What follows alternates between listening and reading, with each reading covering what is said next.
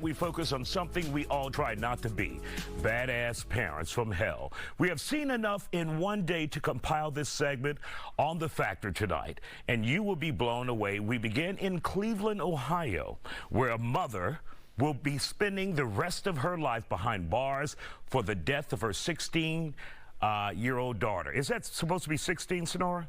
16-month-old daughter. 16 months. Now, police say she left her toddler home alone for 10 days. Remember, 16 months old, 10 days. That was so she could go on vacation to Puerto Rico. 32-year-old Cristel Candelario found her daughter dead when she got home and called 911. The medical examiner ruled the death a homicide. Now to Florida. Police say a mother tried to sell her daughter to a stranger. According to police, Jessica Woods asked people if they would buy her 18-month-old for $500. There weren't any takers, so she ended up leaving the child on the streets. Woods has since been arrested and charged with multiple charges, including child neglect. Parents weigh in tonight. We have Nicole Rochelin, David Settle, Jay Bradley, and Stephanie Martinez. So, Jay, let's begin with you. Let's begin in Cleveland, where she went to Puerto Rico and left her child in a playpen for 10 days.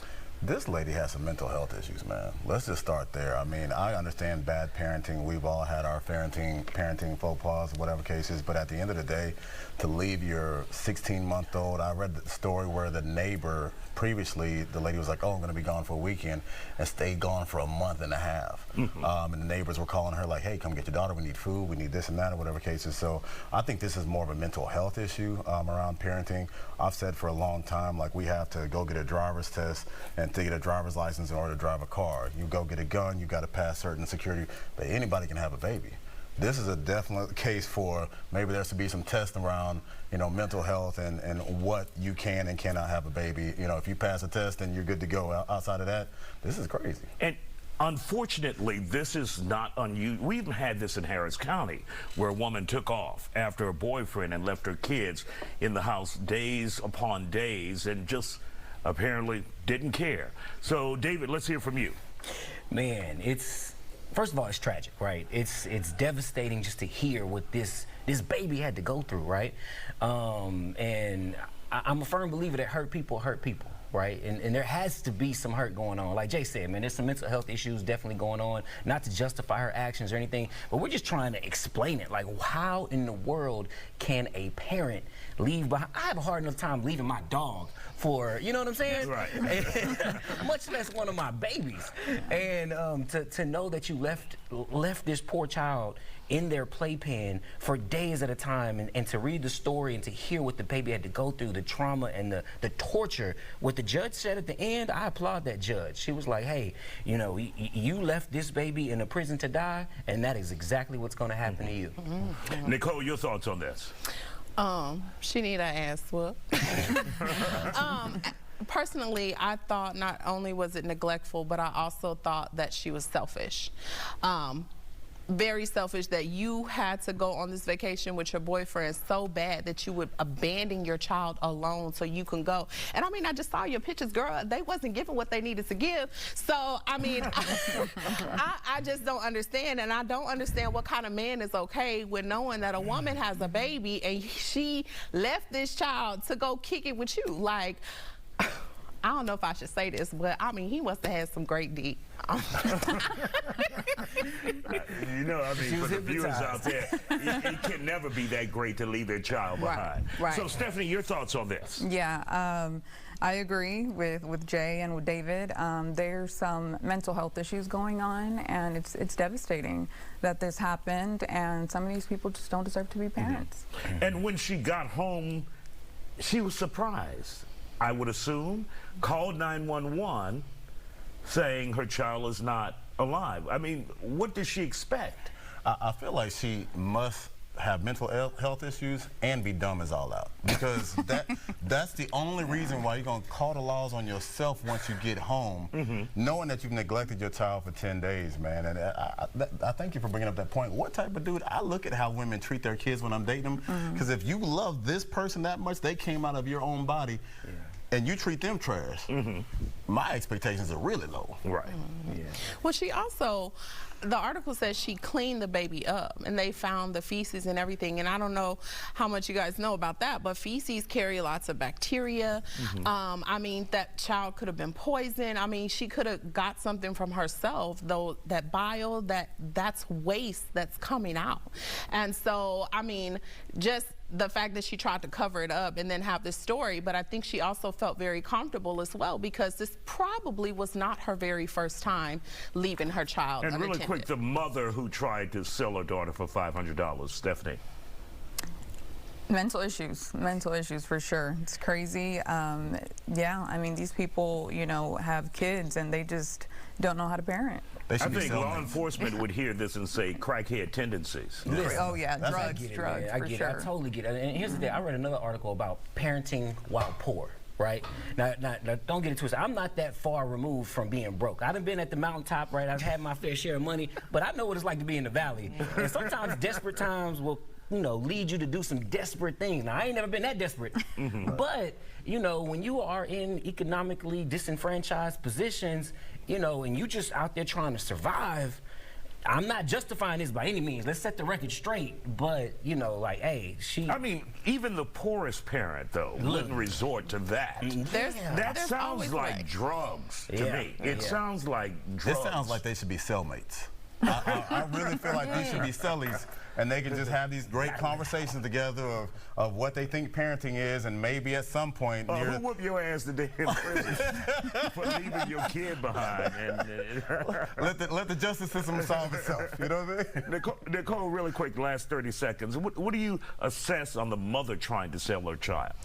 I assess that desperation, and I understand that mental illness is very much alive and well, but there's also stimulants out there that make people make fast and rash decisions. But at the end of the day, you're a mother. You have an opportunity and you have a choice. If you don't want to take care of that child, there are places that you can take that child to that will place that child to make sure that she has a home. He or she has a home and a place to go. But there are also resources. Me being a single mom, also a teenage mom, I had nothing, but I found a way.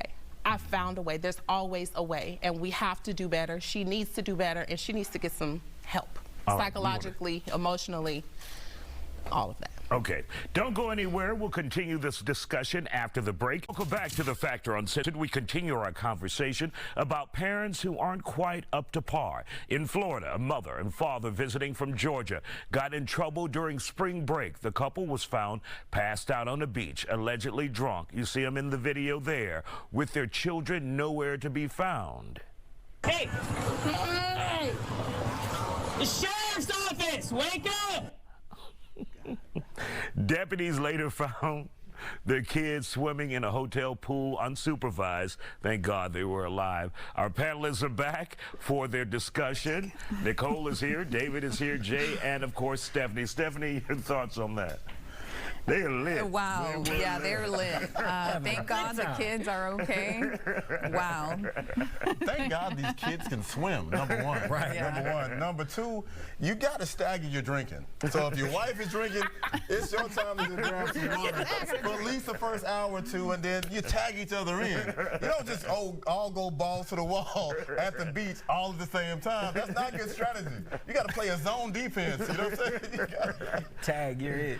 David, are you talking about spring break, though? Man, listen, they was turning up for real. They let it all out. But I mean, I'm not taking my kids with me to spring break now. No. Listen, you know what I'm saying? hey, Spring they couldn't break find a is for the babysitter like the kids. last one. Oh, man. Spring break is for the kids.